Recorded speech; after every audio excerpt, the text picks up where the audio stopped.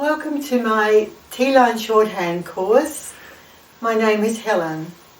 I'm quite passionate about teaching Teeline, having taught the subject for 25 years to more than 3,000 students from varying backgrounds. I hope that you will be as passionate about the subject.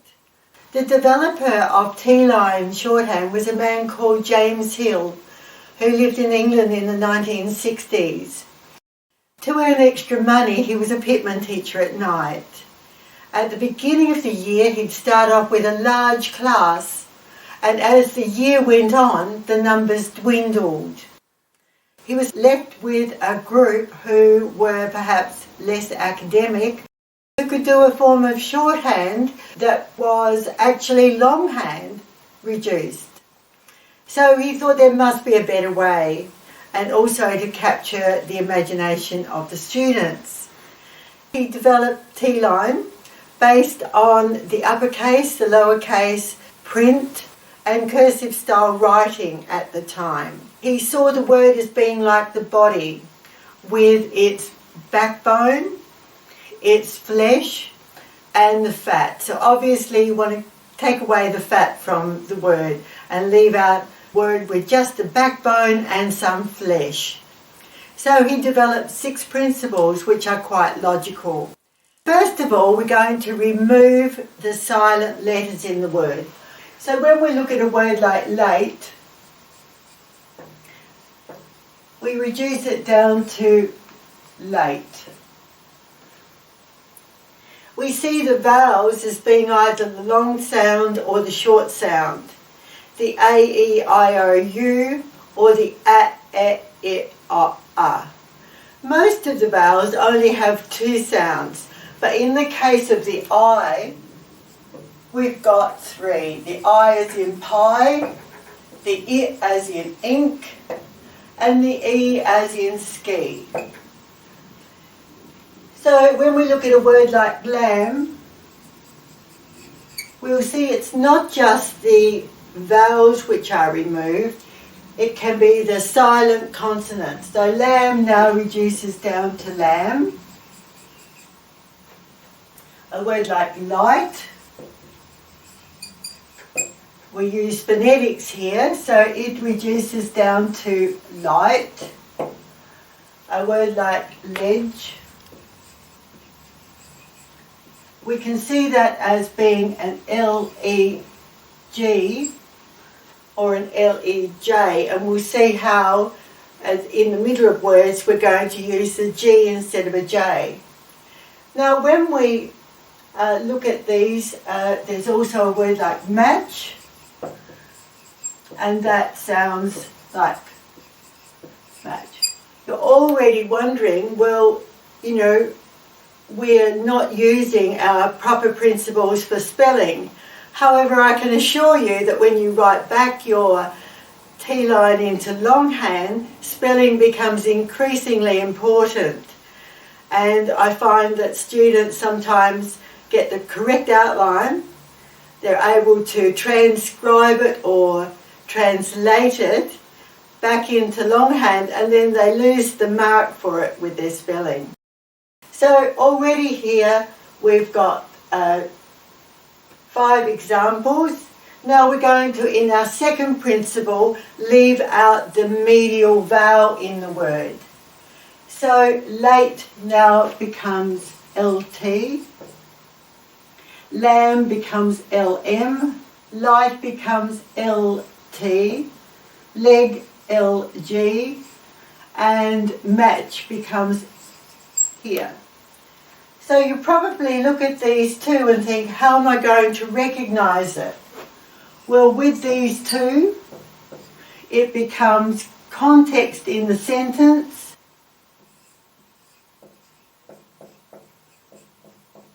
and memory.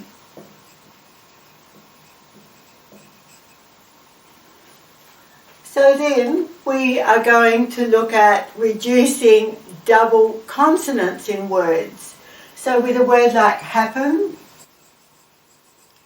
it will now become HPN. A word like little will will become LTL.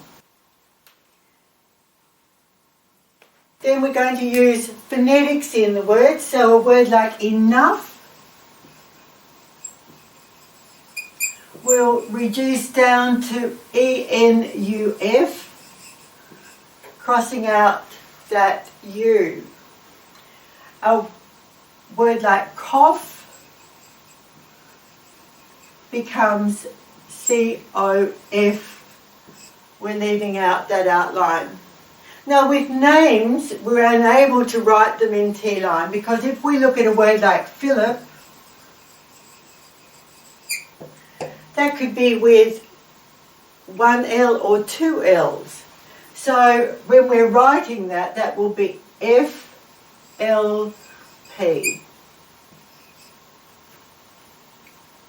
So there's a problem with words, especially these days with the different spellings of words. Then we come to the last two principles of the word where we're going to leave the flesh of the word. So in a word like enough, that E is important. In a word like although,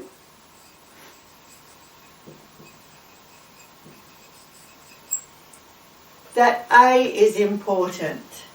A word like effect, the E is important. So if we leave the vowels at the beginning of the word, we're going to leave them at the end of the word, which is our last principle, our sixth principle. Here, we're going to look at a word like free, and we'll see that that E is important, that sound. So when we do that outline for the word, we're going to be writing F-R-E. So it becomes three letters in that word. If we look at a word like accommodate,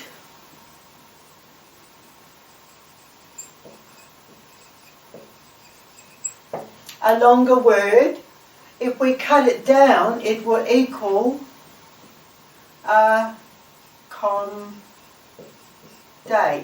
Now from that, we can recognise pretty well that that's what that word is. If we go back to the word although, we'll see that there's two syllables in that word. So there's going to be 5 outlines that you're going to need to write. So A-L-T-H-O.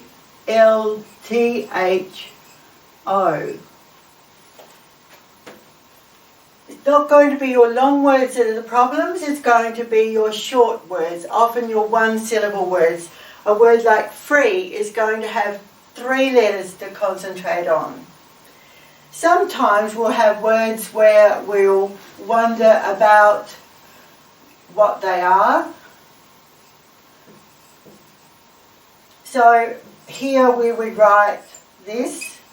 However, in context of the sentence, we might be able to work it out. If we couldn't, we can always put our vowels in the middle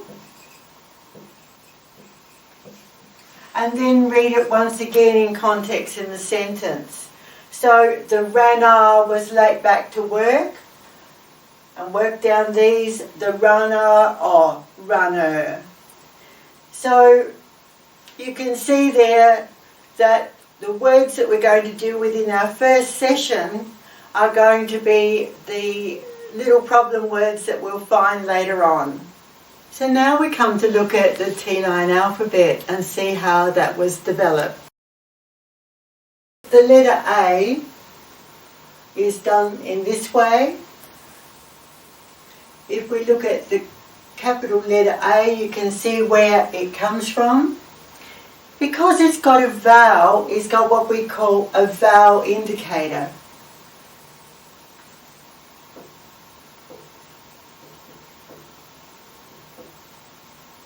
So all that means is that we can write it either upwards or we can write it downwards. The letter B looks like a number 6. If we do a number 6, we have to circle it. The letter C looks like our letter C, so that's a bit of an advantage. The letter D is this distance along the line, based on our D, which is that distance there. The E is based on the capital E, and it's this little right angle here. So because it's a vowel, it's once again got a vowel indicator. So it can either be written downwards or it could be written across. However, we avoid this one because when we're writing quickly, it could look like a D. The F is based on the cursive style F, so we can either write it up or we can write it down. Notice the directions that I'm doing here.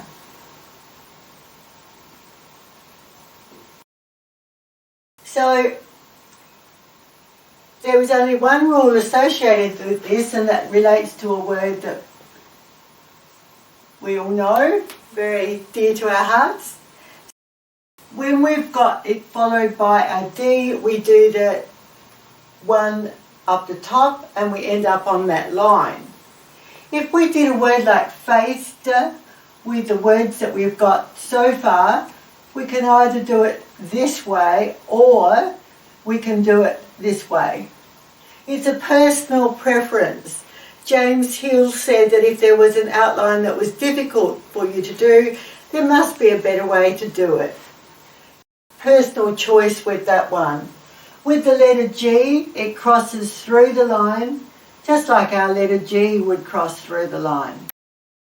Our letter H comes to the line based on our H printed.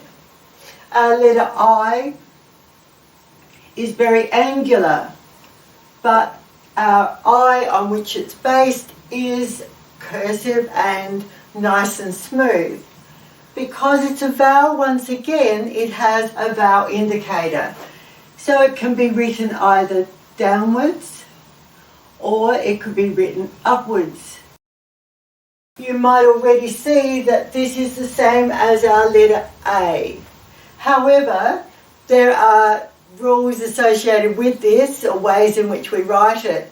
So it is dependent on the consonant that follows that letter. Whether it's an A or an I is determined how we do it. So that might seem a bit strange, but it's all worked out in our session 3. Nothing to worry about. I know that when I saw that, I was quite concerned. A letter I, a letter J comes through the line. It's almost like a skinny version of the letter G.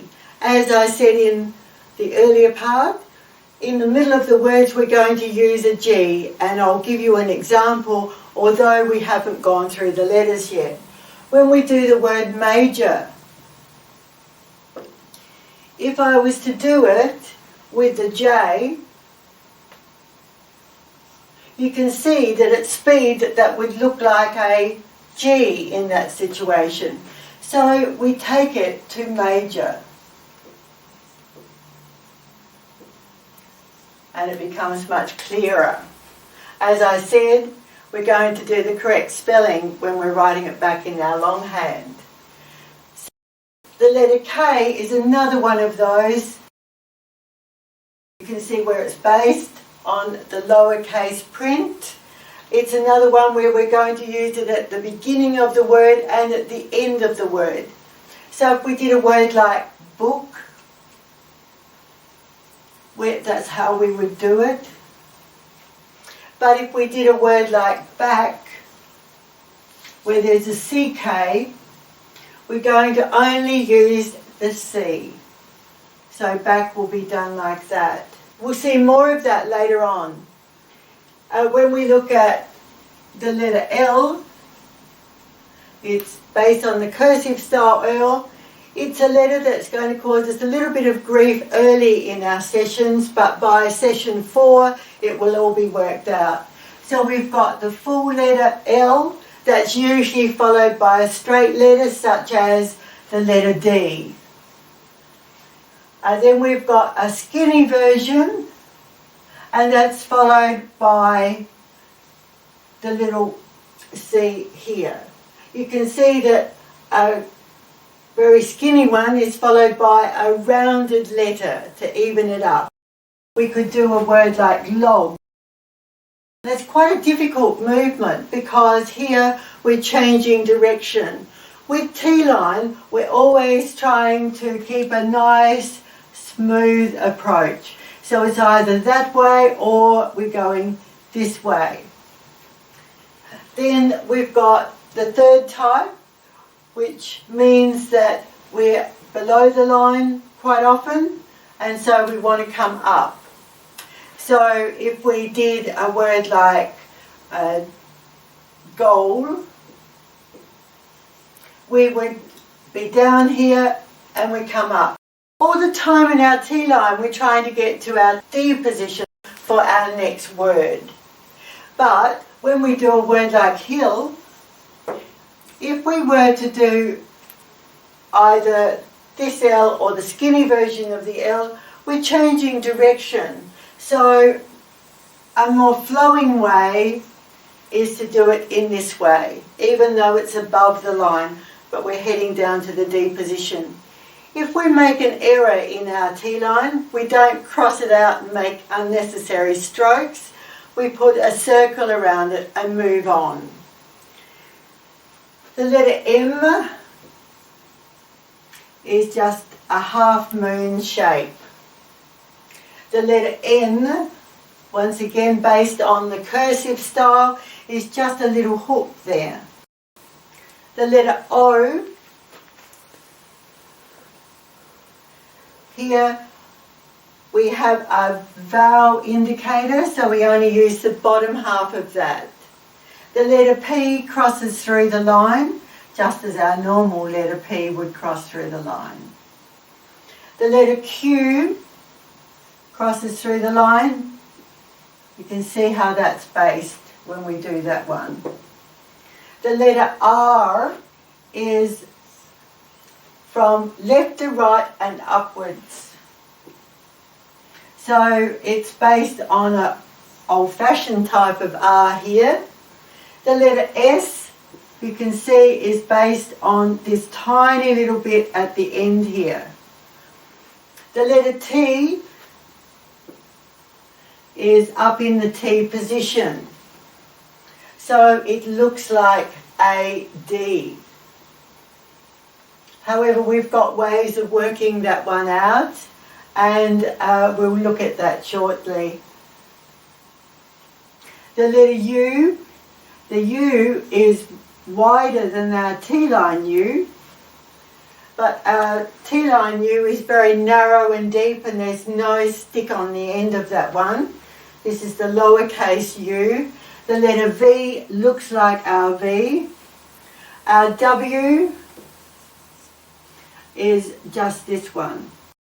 So the theory that we do for our W and our M are very similar. The X looks like our X, and our Y is a larger outline. It's based on our cursive style, you can see where that comes from. And our Z is based on this one, and it just looks very, very tiny. It's like a comma that's not coloured in. Like the K and the J, we're going to find that we use that at the beginning and the end of words. So if we did a word like Zoom, we will just do the Z and this one. A word like maze would be M and the Z. But when we come to a word like razor, we will see that that would be quite a difficult stroke for a two-syllable word. So we take it to razor. So here, that is so much quicker to do it with the little s. A word like magazine. You'll see we do an M, G, S, N. So we're using the S in that one. You may notice already that we're not writing along the line with our T-line, that quite a few of our outlines are vertical in construction, but we're always moving left to right. So by the time you got to the letter L, you were probably thinking, how am I going to learn this alphabet? Well, that's been a situation faced by many students who have come to the same conclusion halfway through the alphabet. So in your pack, I have the alphabet written down, and on this sheet you can practice it by saying the letters as you write them. Well, actually you don't mark the page as you write them, you just keep your hand on that page. A, B, C, D, E, F, and the two types of Fs, G, H, I, J, K, L, M, N, and so on. So you do that 2 or 3 times, and then you try to write it underneath and keeping those proportions. And the most important thing that you get out of today's session is that proportions are important. So lots of practice. When you're writing, try to keep it a very soft style, a fleeting style across the page rather than pressing hard.